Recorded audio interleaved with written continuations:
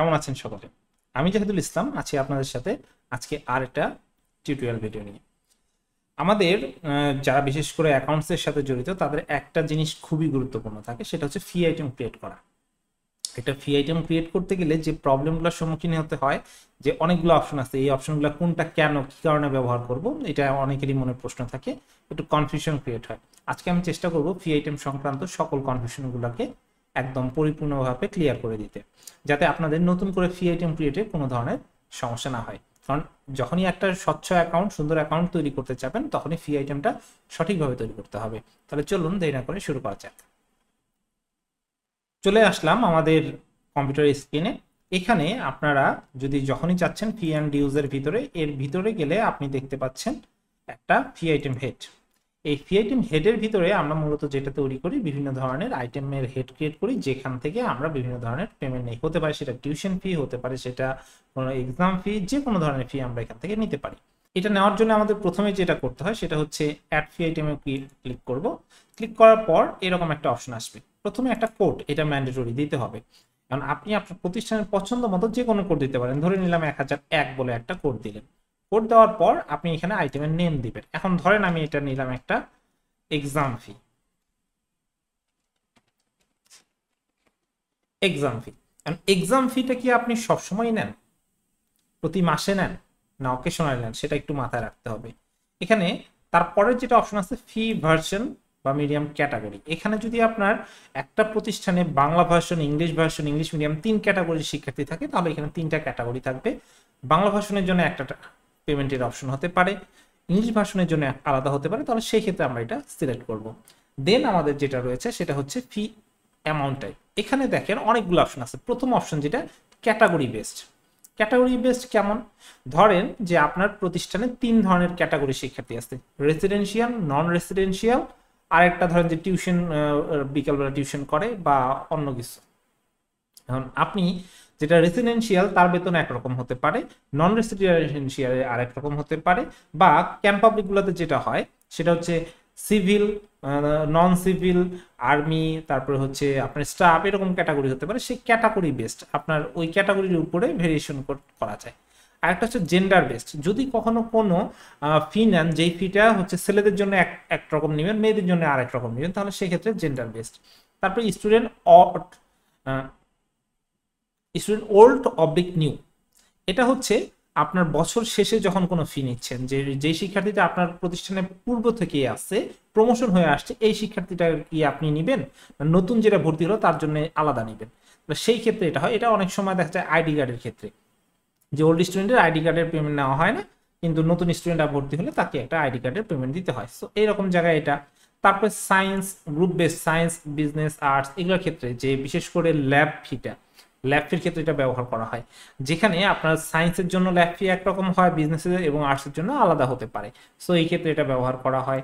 এরপরে আছে category based mail student. কোনো ক্যাটাগরির ক্ষেত্রে যদি মেল স্টুডেন্টের আলাদা করেন, ক্যাটাগরি বেসড ফিমেল স্টুডেন্টের ক্ষেত্রে, ক্যাটাগরি বেসড ওল্ড প্রমোশন স্টুডেন্টের ক্ষেত্রে যদি এটা ওই ওল্ড প্রমোশনের যেটা ছিল সেটা, ক্যাটাগরি বেসড নিউ অ্যাডমিশনের ক্ষেত্রে, নতুন অ্যাডমিশনের ক্ষেত্রে কোনো ফি দিবেন, যেমন সাধারণত সেশন ফিটা ওল্ডদের হয় আর অ্যাডমিশন ফিটা আপনার নতুন ভর্তির ক্ষেত্রে হয়। ক্যাটাগরি বেস সায়েন্সের স্টুডেন্টের জন্য আলাদা কোনো ফি, সেখানে আর্টসের অন্য কমার্সে ধরবে না, এরকম ভাবে এই ক্যাটাগরিগুলোকে আপনি সিলেক্ট করতে পারবেন এবং আপনার স্পেসিফিক টার্গেট স্টুডেন্টকে ফিটা সেট করে দিতে পারবেন। এরপরে আইটেম টাইপ, এখানে ফি এবং স্টেশনারি। এখানে যেটা হয় সেটা হচ্ছে ফি মানে যত ধরনের ট্রানজেকশন হবে, এমনিতে বিভিন্ন ধরনের এক্সাম ফি, টিউশন ফি, সবগুলোই হচ্ছে ফি টাইপের। আর স্টেশনারি হচ্ছে যদি আপনার প্রতিষ্ঠান থেকে হয়তো অনেক সময় স্টোর থাকে, সেখান থেকে আপনি খাতা, কলম, বই বিক্রি করতেছেন, তাহলে সেই ক্ষেত্রে স্টেশনারি হিসাবে এটা ফি ধরবেন, তাহলে আমরা এসকিউ মেনটেন করতে পারবো।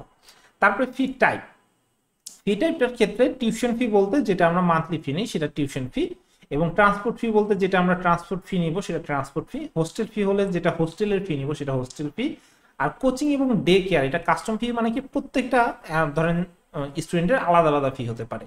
ধরেন যে যখন কোচিং করতেছে, সে 2 সাবজেক্টের পড়তেছে, তাকে 1 টাকা, ধরেন 1000 টাকা দিতে হচ্ছে, 1 সাবজেক্ট পড়লে 500 টাকা দিতে হচ্ছে, কম বেশি হলে এই ক্ষেত্রে কোচিং এবং ডে কেয়ার ফি। আর টিউশন ফি বেস্ট মানে হচ্ছে ধরেন আপনি টিউশন ফি নিচ্ছেন 1000 টাকা এবং তার সাথে আপনি প্রত্যেক মাসেই তার কাছ থেকে 100 টাকার আইসিডি চার্জ নিচ্ছেন, তাহলে এই 1000 টাকা নিলে সে এই 100 টাকাও নিবে, যদি 1000 টাকা না নেয় তাহলে এটা নিবে না। তাহলে সেই ক্ষেত্রে এটা হচ্ছে টিউশন ফি বেসড, একটা প্রতিষ্ঠানে একটা টিউশন ফি, আর প্রতি মাসে যতগুলো টিউশন ফির সাথে সংযুক্ত মান্থলি পেমেন্ট থাকবে সবগুলো টিউশন ফি বেসড হবে। এরপর হচ্ছে লেট ফাইন।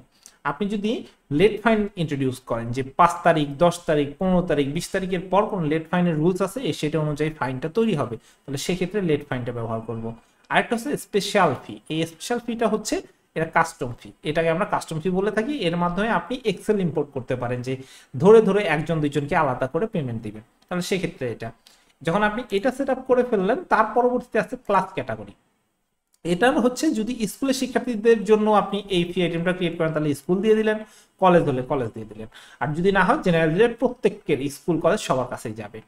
এরপরে থাকে ব্যাংক অ্যাকাউন্ট। আমরা ফি আইটেম যখন ক্রিয়েট করি তখন আমাদের অনেক সময় থাকে যে আমরা 4টা 5টা, যেমন অ্যাডমিশনের টাকাটা এক ব্যাংক অ্যাকাউন্টে যায়, টিউশন ফির টাকাটা আরেক ব্যাংক অ্যাকাউন্টে যায়, আইসিটি ফি আরেকটা অ্যাকাউন্টে যায়। আপনি তাহলে প্রত্যেকটা আইটেমে ব্যাংক অ্যাকাউন্ট এবং তার একটা গ্রুপ ক্রিয়েট করে দিতে পারেন, ব্যাংক অ্যাকাউন্টের নেম দিতে পারেন, তাহলে এই রিপোর্টগুলো খুব সহজে জেনারেট করা যায়। তো এখান থেকে এটা করতে পারে। আরেকটা হচ্ছে এই লিমিট ইয়ার। এই লিমিট ইয়ারটা হচ্ছে কন্টিনিউ দেওয়া থাকলে এটা কন্টিনিউ 24 সাল, 25 সাল, 26 সাল, 28 সাল, যত সালেই থাক প্রত্যেকটা সালে এটা যাবে। আর আপনি যদি স্পেসিফিক করে দেন যে 25 সালের জন্য এটা, তাহলে 25 সালে থেমে যাবে। তাহলে এটা টেকনিক্যাল ক্ষেত্রে ম্যাক্সিমাম ক্ষেত্রে কন্টিনিউ থাকে, বিশেষ বিশেষ ক্ষেত্রে সালের উপরে এটাকে আটকে দেওয়া যায়।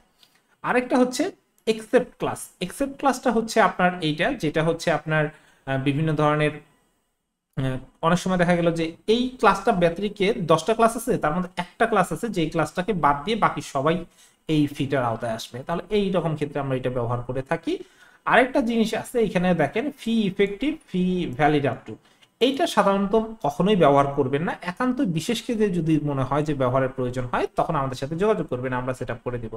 তারপরেও বলে দেই এটা হচ্ছে মূলত কলেজের ক্ষেত্রে বা এসএসসি পরীক্ষার পরে অনেক সময় দেখা গেল যে এত মাসের পর ওদের আর কোনো ট্রানজেকশন হবে না, এই ফিটা মাত্র এত পর্যন্ত ইফেক্টিভ হবে, বা বছরের মাঝামাঝিতে গিয়ে আপনি টিউশন ফি বাড়ালেন, তাহলে এই ক্ষেত্রে এই দুইটার ব্যবহার হয়। এটা খুব একটা রেয়ার কেসে, এটাতে আপনারা কখনোই হাত দিবেন না। যদি কখনো সমস্যা হয় আমাদের সাপোর্ট টিমের সাথে যোগাযোগ করবেন। এখন ধরেন আপনি যখন এক্সাম ফি বা আদার্স ফি এগুলো তৈরি করে ফেললেন, তখন আপনার এখানে একটা অপশন আসে যে আপনার এটা কোন ধরনের ফি হিসাবে নিচ্ছেন। যখন এখানে একটা জিনিস খেয়াল করেন, যখন আপনি ফি টাইপ জেনারেল দিচ্ছেন তখন এটা automatically on receive. On receive মানে কি, যেটা আপনার মাসে মাসে নিচ্ছেন না, যে কোনো একটা সময়ে নিচ্ছেন, এবং এটা মাত্র 4বার নেওয়া যায় বছরে, আমাদের এখানে সেটিং করা আছে। এটা সাধারণত পরীক্ষার ফি গুলো হয়ে থাকে, first term, second term, third term এরকম, বা বছরের শুরুতে একবার আপনি অ্যাডমিশন ফি নিচ্ছেন, আইডি কার্ডের ফি নিচ্ছেন, এগুলো হচ্ছে অন রিসিভ। আর যখনই আপনি টিউশন ফি ধরতেছেন তখনই এটা মান্থলি হয়ে যাচ্ছে, কারণ টিউশন ফি প্রতি মাসে আসবে। যখনই আপনি ট্রান্সপোর্ট ফি ধরছেন তখনই এটা মান্থলি হয়ে যাচ্ছে। সো এই জায়গায় বিষয়টা থাকতেছে, আপনি যখনই জেনারেল করে দিলেন তখনই এটা হয়ে গেল অন রিসিভ। অন রিসিভ মানে হচ্ছে আপনি এখন সব ক্লাসে এটা দিতে পারেন, এবং এটা একবার অথবা 4বার দিতে পারেন। এটা কিভাবে একবার 4বার হবে সেটা এখানে দেখেন, যখন অন রিসিভ থাকে কয়েকটা অপশন আসে, সেটা হচ্ছে লেট ফাইন কি অ্যাপ্লিকেবল হবে, লেট ফাইনের কোন রুলসটা হবে। এখানে অনেকগুলো রুলস আমাদের সেট আপ করা আছে, এর বাইরেও রুলস থাকলে আমাদের বলবেন, আমরা সেট আপ করে দিব। এখানে তারপর একটা অপশন আসে same amount for all class, আর একটা হচ্ছে different amount different class. Same amount for all class দিলে আপনি যদি 300 টাকা দেন তাহলে 5টা ক্লাস যদি থাকে 5টা ক্লাসে 300 টাকা করে ফি নেবে। আর যদি ডিফারেন্ট অ্যামাউন্ট ডিফারেন্ট ক্লাস দেন তাহলে আপনার এখানে যদি 4টা শ্রেণী থাকে তাহলে 4টা শ্রেণীতে আলাদা আলাদা করে পেমেন্টের টাকাটা দিবে, কত টাকা করে আসবে। সো এইখান থেকে আপনি এই ফিচারগুলো ব্যবহার করতে পারবেন। আরেকটা আছে ইগনোর স্কলারশিপ। এই ইগনোর স্কলারশিপ মানে হচ্ছে আপনি যদি এটাতে নো করে দেন তাহলে এখানে আপনার ফুল ফ্রি হাফ ফ্রি এটা অ্যাপ্লিকেবল হবে, আপনি ওখানে স্কলারশিপ দিতে পারবেন। আর যদি ইয়েস করে দেন তাহলে ওখানে স্কলারশিপ দেওয়া যাবে না। এখন কোন ফিটা স্কলারশিপের যোগ্য কোনটা না সেটা আপনি সেট আপ করে দিলেন। আরেকটা হচ্ছে fee payment type. Fee payment type একটা হচ্ছে ম্যান্ডেটরি, আরেকটা হচ্ছে পেয়েবল বিফোর ডিউ মান্থ। এটা হচ্ছে যদি ম্যান্ডেটরি দেন তাহলে সে ভর্তি বছরে যে কোনো সময় হোক না কেন ওই ফিটা তাকে দিতে হবে। আপনি অ্যাডমিশন ফি ধরলেন 5,000 টাকা, সে ভর্তি হলো জুলাই মাসে, সে জানুয়ারিতে ওটা ধরা আছে, কিন্তু জুলাই মাসে ভর্তি হলেও তার অ্যাডমিশন ফি 5,000 টাকা আসবে। আর যদি payable student before due month করে দেন তাহলে টেকনিক্যালি ওটা জানুয়ারি মাসে পার হয়ে গেছে, এই জুলাই মাসে এসে তার আর এটা ধরবে না। সো এটা দুইটা কেসে ব্যবহার হতে পারে। এই কেসগুলো যদি বুঝে ফেলেন তাহলে আপনার ফি আইটেম ক্রিয়েট করা নিয়ে আর কোনো সমস্যা হবে না। আশা করি ফি আইটেম সংক্রান্ত যে প্রশ্নগুলো থাকে সচরাচর আপনাদের কাছে এই ভিডিও থেকে সেই প্রশ্নগুলোর উত্তর পাবেন এবং সেগুলোকে আপনাকে হেল্প করবেন নতুন নতুন ফ্রি আইটেম ক্রিয়েট করতে নিজে নিজেই। তারপরেও যদি কোনো সমস্যা হয় আমাদের কাস্টমার সাপোর্টের হোয়াটসঅ্যাপ গ্রুপে কল করবেন, সরাসরি ফোন দিবেন, কোনো সমস্যা নেই, আমরা আছি আপনাদের সাথে 24/7। ধন্যবাদ সকলকে, আসসালামু আলাইকুম।